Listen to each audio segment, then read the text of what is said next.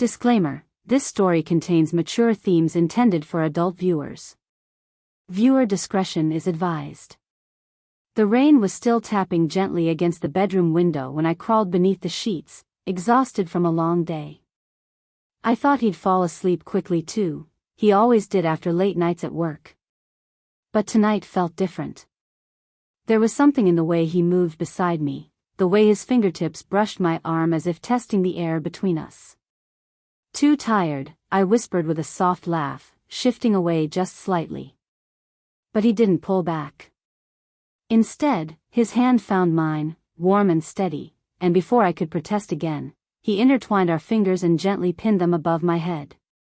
My heart skipped, not from fear, but from the weight of a feeling I hadn't expected to rise so fast. His eyes met mine, deep and searching, and the room suddenly felt smaller, quieter, like the world beyond those four walls didn't exist.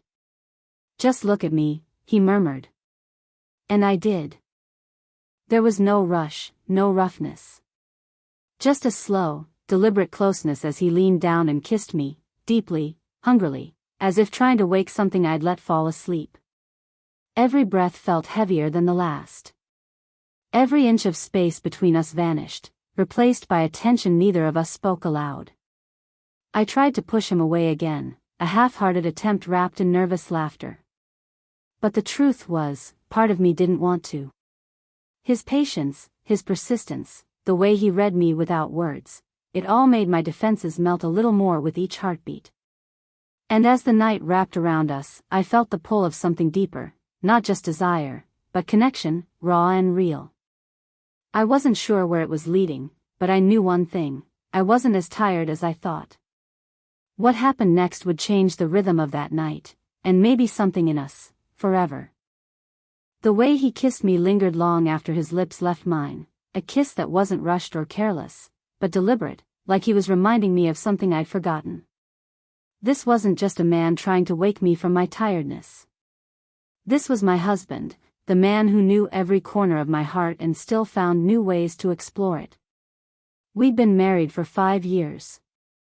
In those years, life had become a blur of routines, work emails, grocery lists, family calls, and endless, maybe tomorrow, promises. We loved each other deeply, but nights like this, where the air crackled with unspoken desire, had become rare. Maybe that's why his touch tonight felt different, bolder, yet softer, like he was trying to bridge the quiet distance that had crept between us. "Do you trust me?" he whispered against my skin, his breath warm and steady. I nodded, unable to form words as his hands traced slow, careful patterns down my arms. Every movement was gentle but intentional, as if he was asking for permission without speaking. The world outside faded, the rain, the ticking clock, until there was nothing but his heartbeat pressed against mine. I told myself to resist, to remind him I was too tired, but my resolve wavered with every tender kiss trailing down my neck. It wasn't just physical, it was the way he looked at me, as if I was the only thing that mattered. That look alone unraveled me more than anything else. His fingers laced with mine again, grounding me. "I miss this," he said softly, and I knew exactly what he meant. It wasn't about passion or impulse. It was about us, about the connection that sometimes got lost beneath all the noise of everyday life. My breath hitched as he shifted closer, his body aligning perfectly with mine. My heart raced, not just from the nearness but from the realization that I didn't want to stop him anymore. Something in me was giving in, piece by piece, and he felt it too. And just as his lips hovered dangerously close again, something in the air changed, heavier, more electric. We were on the edge of a moment that could change everything, if we chose to step over it. For a moment, everything slowed, his breath, my heartbeat, even the rain outside seemed to hush. But inside me, there was a storm I couldn't name. I wanted to surrender to the warmth of his touch, yet a small, stubborn part of me hesitated. It wasn't just tiredness anymore. It was something deeper, something I hadn't said aloud. "You're quiet," he murmured, brushing a strand of hair from my face. "Talk to me." I swallowed hard, unsure how to explain the knot in my chest. It's not you, I whispered. It's just. I feel like we've been drifting. And I don't know how to find our way back. His expression softened. He stayed close but didn't push, his fingers tracing small circles against my wrist. Then let me try, he said gently. Let us try. It was the way he said us that undid me a little more. Because despite the distance, despite the late nights and the arguments over nothing, there was still love, stubborn and real, woven into every heartbeat we shared. The space between us tightened, breaths falling into sync as he leaned in again, this time slower, deeper. The kiss wasn't just about desire, it was about reassurance, about silently promising that he still saw me even when I felt invisible. And with every brush of his lips, my resistance thinned. But just as I began to let go, something inside me whispered, are we really ready to fix what's broken, or are we just pretending? The thought hit harder than I expected. Because this wasn't just about tonight. It was about everything unspoken between us, the things we never said, the feelings we buried under, I'm fine. Do you ever wonder if we're the same people we were when we fell in love? I asked softly, pulling back just enough to search his eyes. He paused, his gaze locking with mine. No, he said. We're not. But maybe that's not a bad thing. The air shifted again, heavier now, layered with unspoken truths and hungry hearts. The kiss that followed was slower, more deliberate, and it felt like crossing an invisible line. And just when I thought I was ready to give in completely, a soft vibration on the nightstand broke the silence, his phone lighting up with a name I hadn't seen before. I froze. And so did he. The name glowing on his phone screen felt like a splash of cold water. My breath caught, my heartbeat stumbling over itself as 1,000 questions flashed through my mind. He saw the shift in my eyes before I even spoke. It's nothing, he said quickly, reaching over to silence it. But the hesitation, that tiny flicker in his expression, was enough to plant doubt in the space between us. Then why did you look like that? I asked quietly. He exhaled slowly, pressing his forehead to mine. Because I don't want anything to break this moment. Not again. Something in his voice disarmed me. It wasn't guilt, it was fear. Fear of losing what we were slowly finding again. And even though part of me wanted to press for answers, another part of me didn't want to lose the fragile thread of closeness pulling us together. I want to trust you, I whispered. Then trust me, he murmured, his hands sliding up my sides with a tenderness that made my breath hitch. Right now, it's just us. Nothing else matters. The air around us changed again, heavier, charged, almost humming with everything we weren't saying. His lips brushed against mine, softer this time, like he was asking for permission he already knew I'd give. And when I kissed him back, it wasn't hesitant anymore. It was deep, deliberate, and desperate in a way that scared me. The tension that had been simmering between us all night now burned just beneath the surface. Every inch of closeness felt magnified, the warmth of his breath, the weight of his hands, the way our bodies seemed to remember each other even when our hearts forgot. He kissed down my neck slowly, carefully, leaving a trail of heat in his wake. My hands found his shoulders instinctively, and for the first time in months, I didn't pull away. I didn't hide behind excuses or tiredness. I've missed this, I breathed, my voice barely more than a whisper. Then let me remind you, he whispered back, his lips hovering just above mine again. The rain outside roared louder, matching the rhythm of my pulse as we hovered on the edge of something we couldn't stop now, a breath away from crossing that final line. And just as his lips parted to close the distance, the world held its breath with us. The world narrowed to the space between us, one breath, one heartbeat, one decision away from unraveling everything. His lips hovered over mine, close enough that I could taste the warmth of his breath, feel the tremor in his chest that mirrored my own. It would have been so easy to close the gap, to let the night carry us where it wanted. But then, the phone buzzed again. This time, he didn't reach for it. He froze. And something in that stillness told me the truth was heavier than he'd admitted. "Who is it?" I asked, my voice a whisper, not from fear but from the weight of needing to know. He hesitated, his eyes darting toward the screen before returning to mine. "It's someone from work," he said.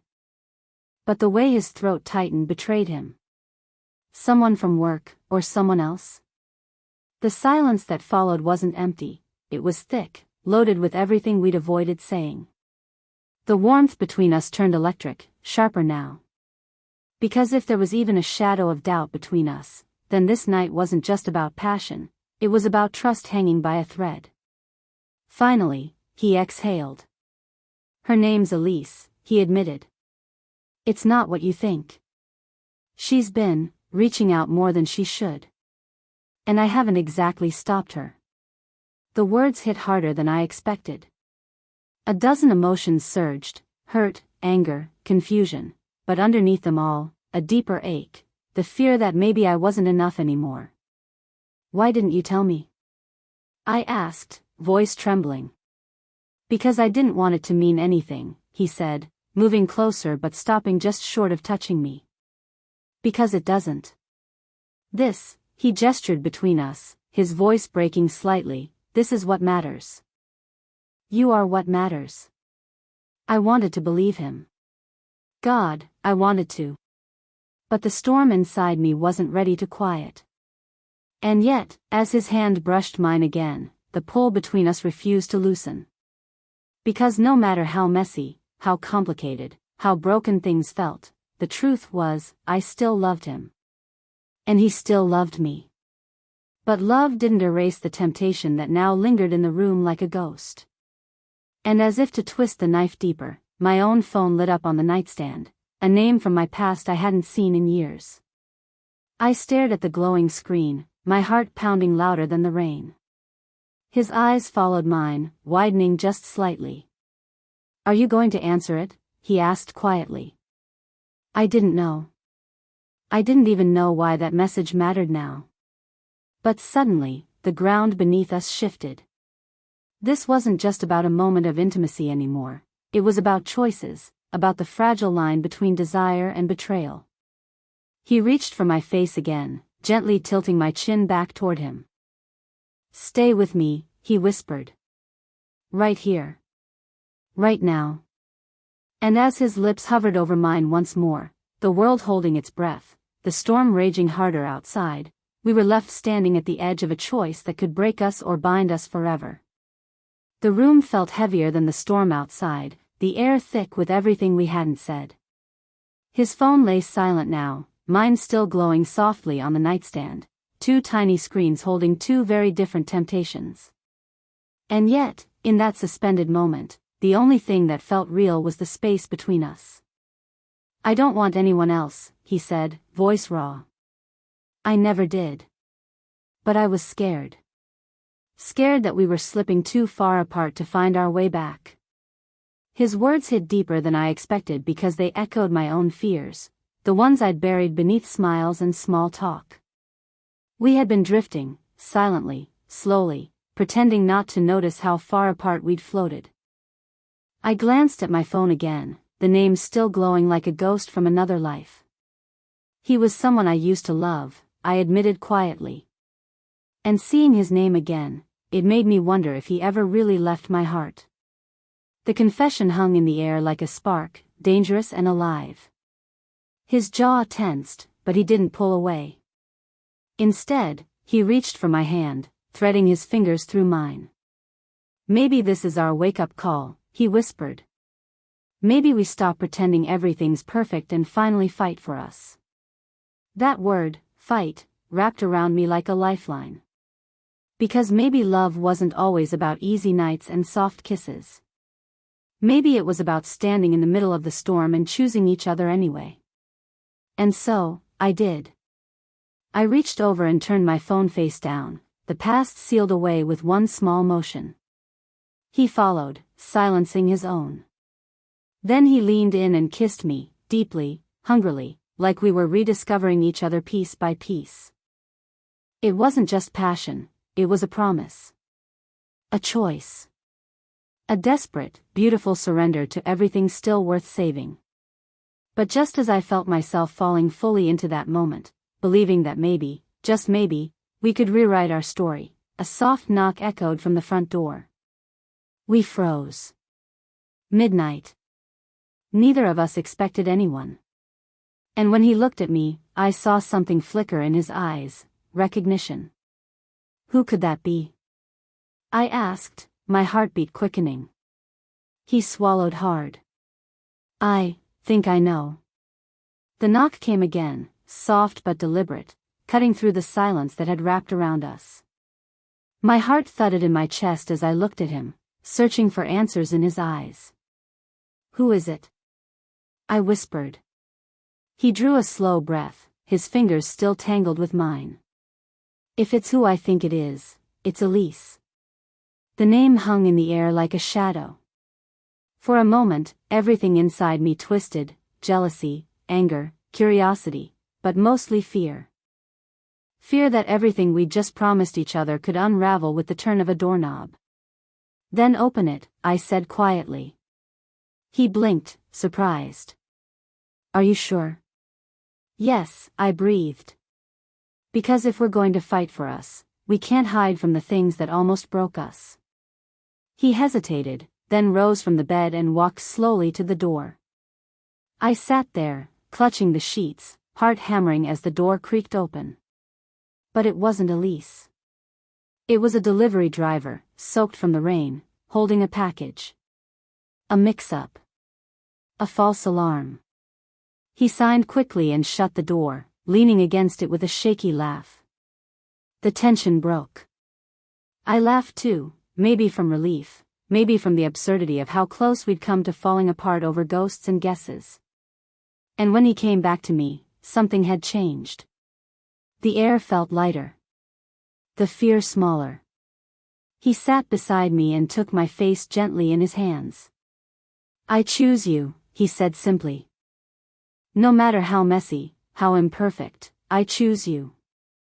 Tears stung my eyes as I whispered back, then let's choose us.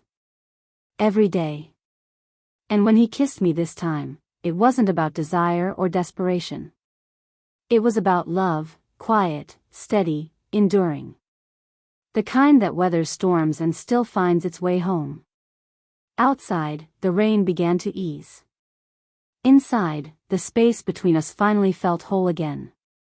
We didn't fix everything that night. We didn't erase the past. But we faced it, together, and that was enough. Because sometimes love isn't about never breaking.